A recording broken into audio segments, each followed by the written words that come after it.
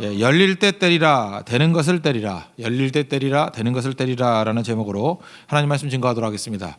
우리가 믿는 하나님은 준비하시는 하나님입니다. 그래서 여호와 이레라고 얘기를 합니다. 우리 사람들이 나름대로 되게 열심히 준비를 하는데 인생을 살다 보면은 하나님이 준비하신 것이 이루어지지 사람이 준비한 것은 거의 되는 일이 없습니다. 그래서 인생 살다가 많이 느끼는 게 뭐냐면 급변한다 이런 걸 느끼고요. 뭐가 이렇게 급작스럽게 이루어진다 이런 걸 느끼게 됩니다. 그러니까 예측대로 되는 게 아닙니다. 말씀대로 되는 거지. 왜냐하면 우리가 준비한 대로 안 되거든요. 그래서 예측대로 맞지가 않아요. 근데 급작스럽게 되는 이유가 무엇입니까? 하나님의 때에 하나님이 준비하신 것이 이루어지기 때문에 그렇습니다. 그래서 우리가 보통 신구약 중간기 400년 동안에 뭐 조용해 보이잖아요. 아무것도 안 이루어진 것 같이 보이지만 하나님께서 정말로 중요한 것들을 준비를 다 시켰거든요. 첫 번째는 회당을 준비했다 그랬죠. 이게 교회의 어떤 그 모델 되는 거. 그리고 두 번째 준비한 게 언어의 통일입니다. 헬라어로 그 지중해 일대를 다 통일시켜 버렸어요. 그런 의미에서 알렉산더가 하나님 앞에 쓰임 받았다. 그럼 이해가 되십니까? 고레스 왕이 쓰임 받듯이 알렉산더 대왕이 잘 쓰임 받은 것입니다. 알렉산더 때문에 그 초대교회 당시에 보면은 언어 때문에 고생한 사람이 아무도 없잖아요. 그렇죠? 헬라어 하나만 하면 다 통하니까 언어의 통일을 이루었다라는 것입니다. 오늘 본문도 보니까 여기 우리가 아들이잖아요. 아들인데 그 어렸을 때는 아들을 쓰는 게 아니에요. 이 상속자가 있지만 후견인과 청직이 밑에 있게 한다. 그런 의미에서 알렉산더가 제가 볼 때 이 후견인과 청지기 같은 역할을 한 겁니다. 유업을 이을 상속자가 있는데 등장하기 이전에 예수님이 등장하고 복음의 사람들이 등장하기 이전에 먼저 주인을 잘 섬기는 그런 알렉산더 같은 후견인과 청지기를 세웠고 4절 보니까 때가 참에 하나님께서 아들을 보내셨다. 이게 정확히 맞다고 생각을 합니다. 알렉산더는 예수님하고도 비슷한 게 많아요. 33세까지 살았어요. 그러니까 되게 짧죠. 20살에 왕이 됐고, 그러니까 알렉산더가 실제로 뛴 거는 13년밖에 되지 않는데 워낙 영향력이 컸기 때문에 알렉산더 그럼 뭐 다 기억을 하고 있지 않습니까? 교육도 잘 받았습니다. 스승이 아리스토텔레스예요. 그래서 그리스 가치를 다 이어받고, 그래서 헬라적인 가치를 응축했던, 그러니까 문화적으로는 아리스토텔레스의 영향이 있었고 정치력이 있으니까 이게 최고의 조합을 이루었던 거죠. 그래서 그 그리스하고 로마 일대, 이 지중해 일대를 헬라어 사용권으로 통일시켰습니다. 로마가 지배할 때도 마찬가지입니다. 공용어는 헬라어였어요. 로마 라틴어가 아니고. 그 정도로 헬라어 영향권이 어마어마하게 컸다는 것입니다. 쭉 밀어놓으면 4세기쯤 되면은 기독교가 공인되지 않았습니까? 그때 쭉 보면은 헬라어 사용권하고 기독교 전파 지역하고 거의 비슷해요. 이거 어떻게 생각하십니까? 전도를 열심히 했다. 이것도 되게 중요하지만 이 공로가 뭐예요? 전도의 최고의 공로는 누굽니까? 제가 볼 때 알렉산더예요. 알렉산더의 헬라어 공용권이 거의 복음 전파 지역하고 일치하더라. 그러니까 하나님께서 이런 문화를 사용해서 놀랍게 일하시더라는 것입니다. 그렇다 그러면 우리 한국 사람들이 외국어 잘 못하잖아요. 그래서 공용어인 지금 보면 영어 같은 거 좀 준비를 해야 될 것이고, 제가 옛날에 기도했어요. 우리 참 이게 언어가 안 되는 민족인데 하나님 그냥 한국어가 공용어가 되면 안 될까요? 이렇게 기도를 했더니 지금 싸이를 비롯해서 방탄소년단 이런 애들이 돌아다니면서 한류를 일으켜서 제가 볼 때 베트남이라든지 네팔을 가면은 우리 영어보다도 한국어를 쓰는 게 더 편할 정도로 한국어를 아는 사람이 많아요. 그죠? 이것도 주님께서 문화를 통해서 사용하시는 거라고요. 베트남 같은 데는 박항서라는 또 다른 알렉산더를 사용해가지고 이게 다 통일시켜 주잖아요. 길 열어주고. 그래서 집중하게 되는 것입니다. 사실 이번에 3월달에 베트남 선교 갈 때는 시골 지역, 무인의 지역을 가려고 그랬었는데 계획을 또 바꾸려고 그럽니다. 왜 바꾸려고 그러냐? 지금 도시 전도가 잘 될 때거든요. 지금 막 문이 열려 있을 텐데 이때 해야죠. 될 때 해야죠. 될 때. 그래서 호치민시 중심으로 해서 연합 예배 운동 벌이려고 그럽니다. 그러니까 이런 거죠. 하나님께서 이렇게 문화를 통해서도 많은 일들을 이루게 하신다는 것입니다. 이게 다니엘서 12장 3절을 보면은 우리가 뭐 많이 아는 얘기인데 그 많은 사람을 옳은 대로 돌아오게 하는 사람은 별과 같이 영원토록 빛나리라. 그리고 4절 그 다음 절인데 다니엘아 마지막 때까지 이 말을 간수하고 이 글을 봉함하라. 그리고 마지막 때 특징을 이렇게 얘기합니다. 많은 사람이 빨리 왕래하며 지식이 더하리라. 이 시대보다 빨리 왕래할 때가 있어요. 그 다니엘 시대만 해도 뭘 빨리 하겠어요. 빨리 달려봐야 말 타는 속도죠. 그런데 지금 어떻습니까? 그 뭐 유튜브라든지 뭐 이런 걸 통해서 전 세계 문화가 다 하나예요. 우리가 지금 선교 많이 다녀보신 분들은 알겠지만 베트남에서 했던 거나 말레이시아에서 했던 거나 대만에서 했던 거나 인도에서 했던 거나 네팔에서 했던 거나 뭐 예를 들어서 댄스 사역 그러면 그 저스틴 비버의 베이비 베이비 베이비 그거 했거든요. 다 알아요, 다. 그래서 준비가 편해요. 그냥 하나 준비해 놓으면은 이렇게 전혀 다른 문화권인데 거의 비슷한 효과가 나오고, 그러니까 준비의 간소화가 이루어지게 되잖아요. 이거 사실은 우리가 기도하고 우리가 훈련해서 된 게 아니라 하나님이 세팅해 준 거거든요. 그러니까 이거를 활용할 줄 알아야 되고 이게 하나님의 인도하심이 될 수 있다라는 것입니다. 그러므로 우리가 문화를 잘 읽어야 돼요. 문화는 기독교의 적대적인 것이 아니라 하나님께서 문화를 통해서 복음이 들어가도록 예비해 주신 분이 분명히 있다라는 것입니다. 그래서 문화에 대해서도 민감하게 반응할 줄 알아야 되고, 자기 편한 문화에 대해서 배타적으로 있는 것은, 예를 들어서 유대인들이 헬라어 안 배우고 그냥 유대인이 최고야, 유대야 최고야, 그래서 다 버림받았잖아요. 헬라인에게도 복음을 증거하고 헬라어를 능통하게 했던 사도 바울이 주역으로 쓰임 받았던 것과 마찬가지로 문화를 거절하면은 없어져 버리고, 그죠? 하나님께서 예비해 두신 문화를 붙들고 나아가게 될 때 그게 복음 전파 지역과 거의 일치가 됐다라는 거. 그래서 문화를 복음의 혈관으로 사용할 줄 아는 그런 지혜를 얻어야 된다라는 것입니다. 이게 첫 번째 메시지고, 두 번째 이 언어에 관한 메시지 중에 하나는 뭐냐면, 헬라어가 여러 종류가 있었는데 특별히 고급 헬라어, 상류층이 쓰는 헬라어하고 그다음에 보통 사람들이 쓰는 헬라어하고 달랐습니다. 구분하기 위해서 그냥 간단하게 이 고급 헬라어를 에틱이라고 불렀어요. 에틱, ATTIC, 에틱이라고 불렀고, 그다음에 보통 사람들이 쓰는 헬라어를 코이네라고 그랬습니다. 코이네 그릭이라고 그래서 코이네 헬라어, 코이네, 이건 발음 그대로예요. KOINE, 코이네. 이건 이해됐으면 좋겠어요. 두 가지는 에틱과 코이네. 근데 지금 남아 있는 글들을 보면요, 거의 에틱만 남아 있어요. 에틱 그릭만 남아 있어요. 이유가 뭘까요? 문방구가 되게 비쌌다고요.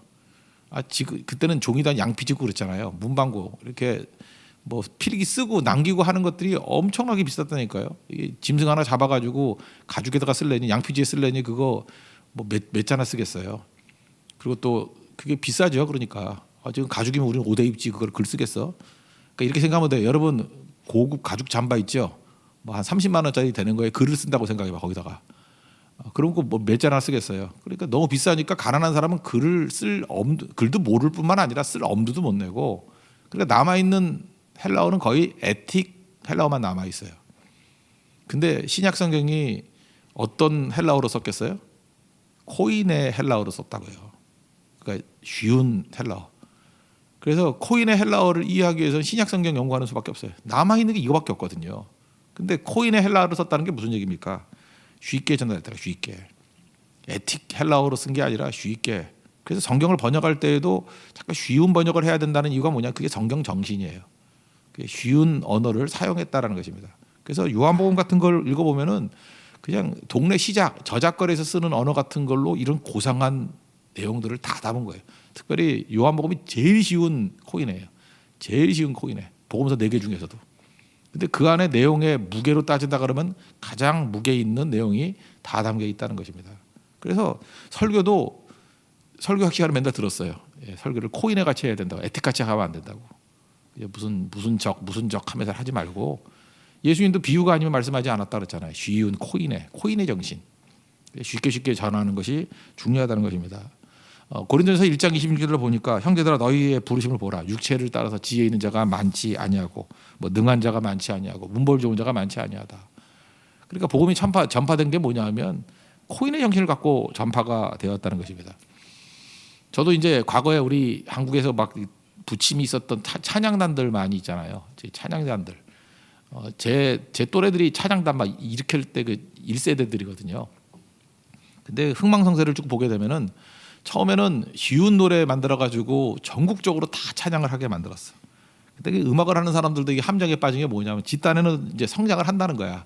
그래서 어디서 공부도 더 하고, 공부할 필요도 없는데 사실은 뭐 어디 가서 공부하고 뭐 이래가지고 자꾸만 음악이 어려워져. 그래서 엇박자 많이 나오고 따라 부르기도 힘들고, 그죠? 심지어 찬양팀이라 그러면 그래도 보통 사람보다 나은 사람들이잖아요. 이 찬양팀도 제대로 부르기 힘든 이상한 노래만 만들고요. 그래서 다 없어져 버렸어요. 그런 창의들 다 없어져 버려요. 요즘에 힐송도 보니까 그래. 힐송도 초창기 때는 참 쉽게 잘 부르는데 요즘엔 따라 부르기도 힘들어. 그러니까 듣는 음악이 돼버렸어요. 따라 못 부르겠어요. 너무 힘들어가지고. 그죠? 그렇게 되죠. 곧 없어질 거예요. 그러면 중요한 거라고요. 쉬운 걸 잘해야 돼. 쉬운 거를. 이게 뭐든지 겉멋이 들어가면 다 망하는 거거든요. 겉멋이 들어가면 쉬운 걸 잘해야 돼요. 쉬운 거. 쉬운 거를 완전히 능숙하게 할 줄 아는 거. 그게 중요하다는 것입니다. 우리 지난번에 살폈지만 그 사도행전 8장에 이디오페 내시가 복음 들고 갔잖아요. 근데 궁금하죠. 지금 이디오페 되게 못 살고 되게 험난하고 그런 나라 아닙니까? 그래서 궁금한 게 이거예요. 복음이 초창기에 전파된 나라 가운데 이디오페 같은 나라가 없어요. 이게 어떻게 이 꼴이 됐나? 근데 그 해석을 이렇게 하더라고요. 이디오피아만 자국어로 된 성경이 번역되지 않았대요.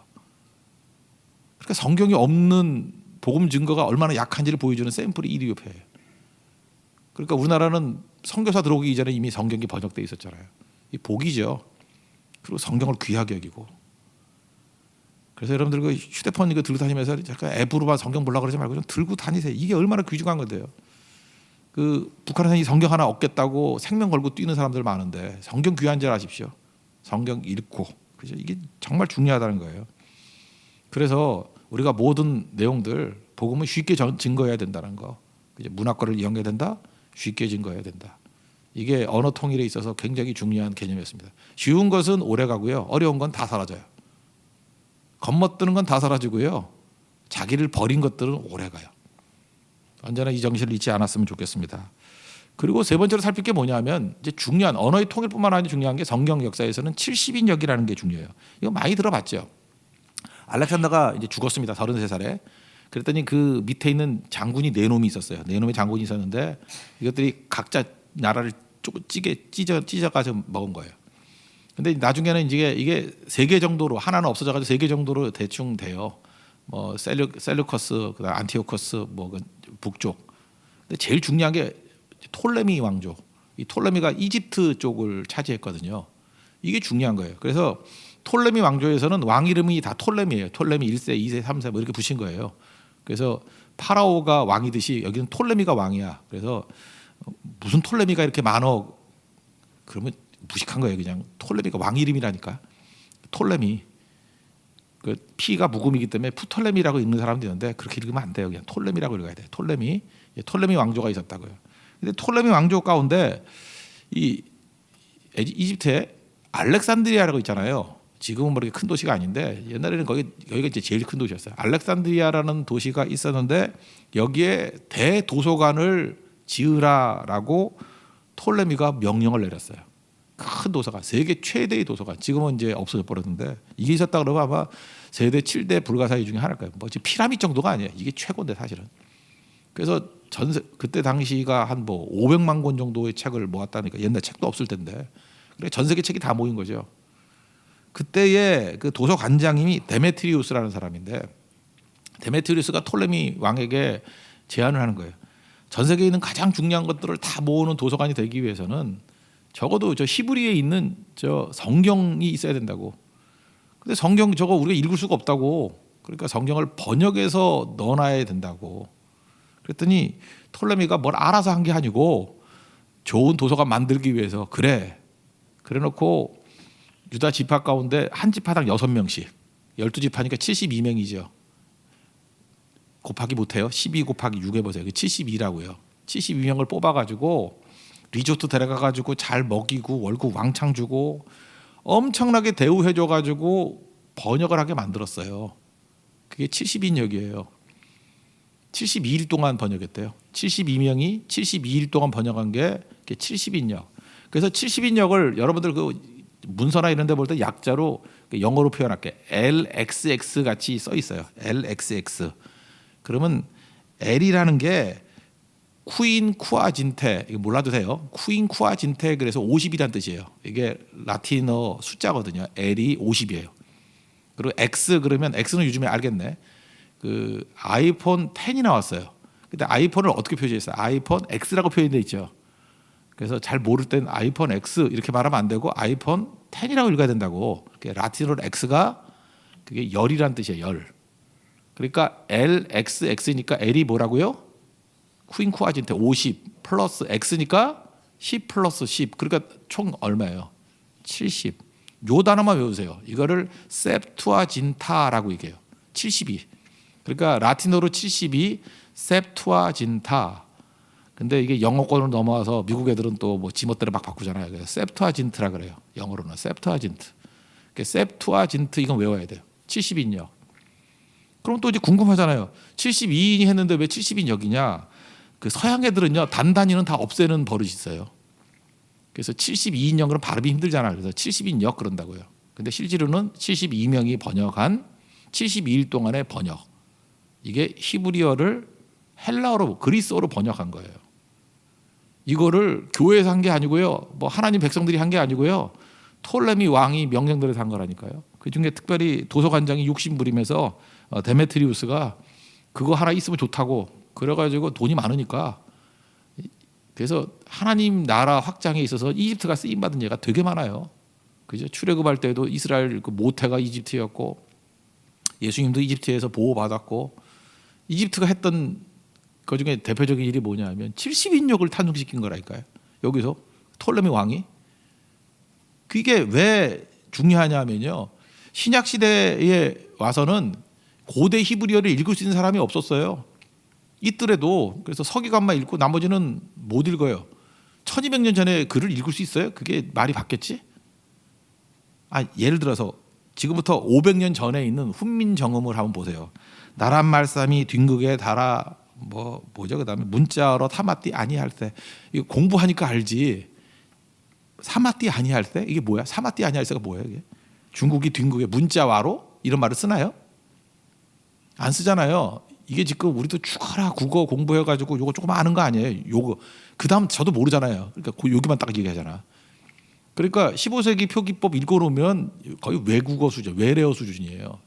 근데 이게 500년만 지나도 이렇게 되는데 1200년 전이라 그러면 못 읽겠죠. 근데 그거를 번역해 줌으로 말미암아 예수님 신약 시대의 백성들이 구약 성경을 읽을 수 있는 길이 열린 거라고요. 그러니까 굉장히 풍요로운 거죠. 하나님께서 후견인과 청지기를 사용해 가지고 하나님의 교회를 위해서 이렇게 헌신하게 만들었다니까요. 톨레미 너무 좋은 거예요. 톨레미 사용된 거죠. 그리고 만약에 이게 번역이 안 됐다 그러면은 서기관들이 여러 명일 거 아니에요. 그래서 번역을 다 달리할 거 아니에요. 표준이 없을 거 아니에요. 근데 그 유대의 최고의 학자들 72명이 모여가지고 연구한 거기 때문에 단어 선정이 너무너무 좋아요.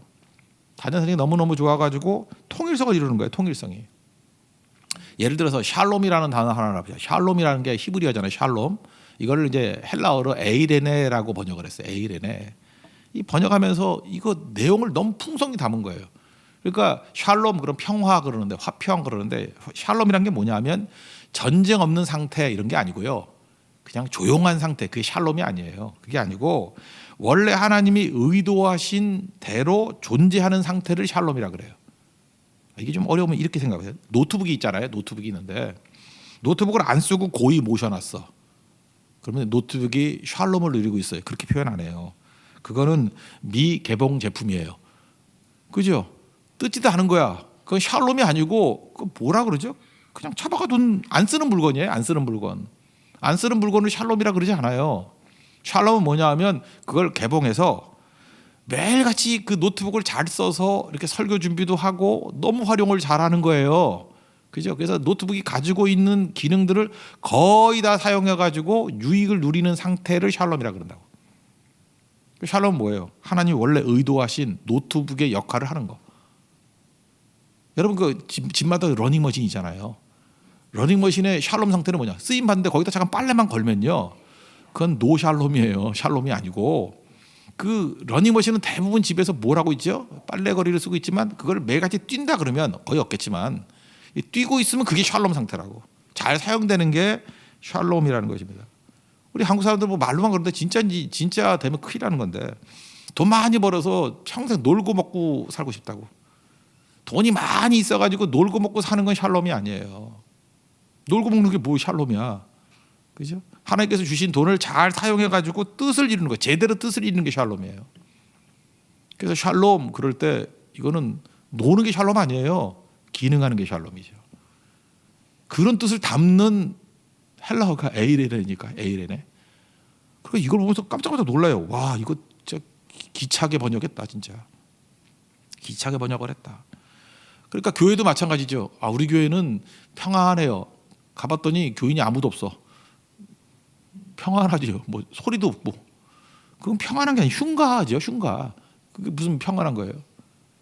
근데 교회를 갔더니 막 성도들이 모여서 기도하는 소리가 가득가득 차 있어요. 그러면 내 아버지 집은 기도하는 집이라 그랬잖아요. 그때 그게 뭐예요? 샬롬. 샬롬, 기능하는 거. 그죠? 기능하는 거예요, 기능하는 거. 성도가 성도로서 기능하는 거예요. 사명자가 사명으로서 기능하는 거, 이게 샬롬이라고. 이런 것들을 이게 다 잊혀진 단어들인데 이 72명의 학자들이 기가 막히게 번역하는 거예요. 이게 뭐 예를 하나 든 거예요. 샬롬을 에이렌에, 그래서 에이렌으로 통일을 시켜놓으니까 다 이해가 되고. 그러니까 초대교회 당시에 교회가 탄생했을 때 적절한 단어를 뭐 찾아야 될 고민이 없었어요. 다 해놨기 때문에. 그래서 예수님께서도 72년 읽으셨고요. 예수님도 인용하기 72년 인용한 거예요, 성경을. 그리고 이 당시에 있는 모든 사람들이 신약 성경에 구약 인용할 때를 보면 다 72년인 성경을 그대로 따가지고 인용을 했어요. 그러니까 뭐 전초 작업을 다 해놓은 거죠. 그러니까 뭐 어마어마하게 중요한 일을 한 거겠죠. 하나님께서 이렇게 일을 하셨다라는 것입니다. 하나님께서 아무것도 안 한 게 아니죠. 조용히 엄청나게 많은 일들을 다 이루셨다라는 것입니다. 그러므로 우리가 해야 될 일이 뭐냐? 이런 거예요. 하나님께서 기회 주셨을 때 놓치지 말고 그냥 뛰는 거예요. 뛰는 거. 너무 똑똑한 사람을 하나님이 안 쓰시는 이유 중에 하나가 뭐냐 하면은 똑똑한 사람이라 그러면 자기 인생을 이게 컨트롤 하잖아요. 잘 절제하잖아요. 절제하다 보니까 이게 반푸시 같은 똑똑인데 자기가 가지고 있는 능력을 알아요. 그래서 그걸 배분을 하는 거야. 잠깐 배분을 하니까 인생을 살 때 어떻게 사느냐 하면은 자기 계획대로만 살아요. 그래서 조금만 더 이렇게 그 하중이 더 들어가는 부담감이 오면은 도망을 치려 그래. 필립스 브룩스 같은 생각을 가져야 되는데 능력에 맞는 일을 구하지 말고 일에 맞는 능력을 구하라. 그러면 일이 중요하니까 능력이 더 커지겠지. 하나님께 구하니까. 그래서 잠깐 이렇게 커지는 모습. 그러니까 이렇게 살기 위해서는 필요한 게 뭐냐 하면은 그냥 내게 닥쳐오는 문제를 두려워하지 말고 그냥 받아들이고 능력 구하는 거예요. 받아들이고 능력 구하는 거예요. 뭐 고성 성교 그러면은 뭐 난 그 다음에 성교 갈래 이러지 말고요. 그냥 오면은 받아들이고 할 수 있는 능력 주십시오. 그럼 그 인 가지고 그 다음도 할 수 있고 그 다음도 할 수 있고 그런 일들이 벌어지게 된다는 것입니다. 이게 초대교회 당시에 보면은 하나님께서 이끄시는 방법이 다 이런 거였어요. 뭐 뒤로 미룰 수 있는 시간이 아니에요. 이게 워낙 코너에 몰려 있기 때문에 그래서 눈앞에 닥친 일들 사명으로 알고 감당하다가 능력이 더 커진 거예요. 감당하다가. 여러분의 능력은 고정되어 있는 게 아닙니다. 사명자에게는 반드시 능력 주십니다. 하나님께서 사명을 주셨다는 건 뭐냐면 능력도 주신다는 동시에 약속이에요. 그래서 사명 붙들고 일 붙들고 거기에 걸맞는 능력을 구해서 사명이 이루어 나갈 수 있는 하나님의 종 되기를 바랍니다. 이런 걸 뭐라 그래요? 기네스코. 하나님을 안다는 거예요. 안다는 거. 제가 어제도 말씀을 드렸죠. 우리가 주님을 배신하는 이유가 뭐냐 하면은 하나님을 너무 몰라요. 호세아서 6장의 말씀과 같이 우리가 여호와를 알자. 힘써 여호와를 알자. 하나님을 알면은요. 보세요. 베드로는 예수님과 용서 대화를 쭉 나눠가지고 하나님이 어떤 분이 예수님이 어떤 분이라는 걸 알았죠. 용서하실 수 있는 분. 아니까 돌아와서 회개하죠. 그죠? 아니까 용서해 주신 분이가 아니까 그 예수님 앞에 나오잖아요. 근데 가론유다 이놈은 돈밖에 몰라가지고 예수님과 대화를 나눈 게 별로 없어. 모르니까 자살하잖아요. 답이 없잖아요. 답이. 내가 팔아먹었잖아요. 그리고 은삼시 줬더니 대제사장들이 너나 가져 그러고 안 받고. 그러니까 막 코너에 몰린 거죠. 자기밖에 없으니까. 그러니까 모르니까 죽는 거야. 모르니까. 다 자살했네. 사울왕도 그렇죠. 다윗과 사울왕의 차이점이 뭐예요? 다윗은 하나님과의 교제를 통해서 하나님은 우슬초로 죄를 씻어줄 수도 있고 그다음에 내 모든 죄악들을 도말할 수도 있는 분이고 주님께 나아가면 다시 받아주시는 분이고 그죠? 성령을 거두지 아니하시는 분이고 다 알았잖아요. 하나님과의 교제를 통해서. 그러니까 바스바의 범죄 이후에 시편 50편에 돌아오잖아요. 아니까 돌아오죠. 아니까. 사울은 몰랐어요. 모르니까 엔돌에 무당이나 찾아다니고 모르니까.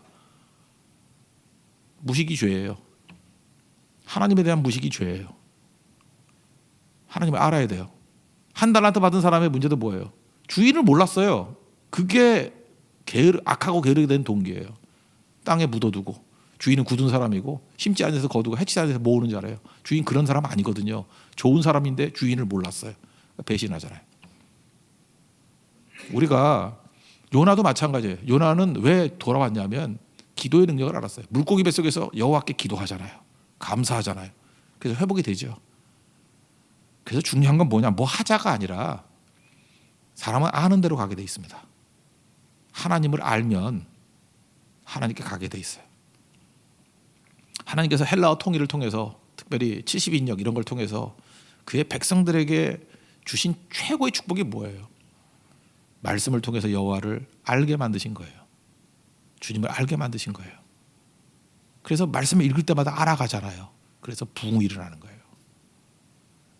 뭐 성경을 액세서리로 들고 다니거나 뭐 그냥 듣는 거 정도로 머무른다 그러면 여러분 성장이 없습니다. 참된 부흥은 하나님을 아는 거에 있어요. 그래서 존 칼빈의 기독교 강요를 보면요, 총 3권으로 되어 있는데 1권 전부 다가 하나님을 아는 지식이에요. Know about God이 아니라 knowing God.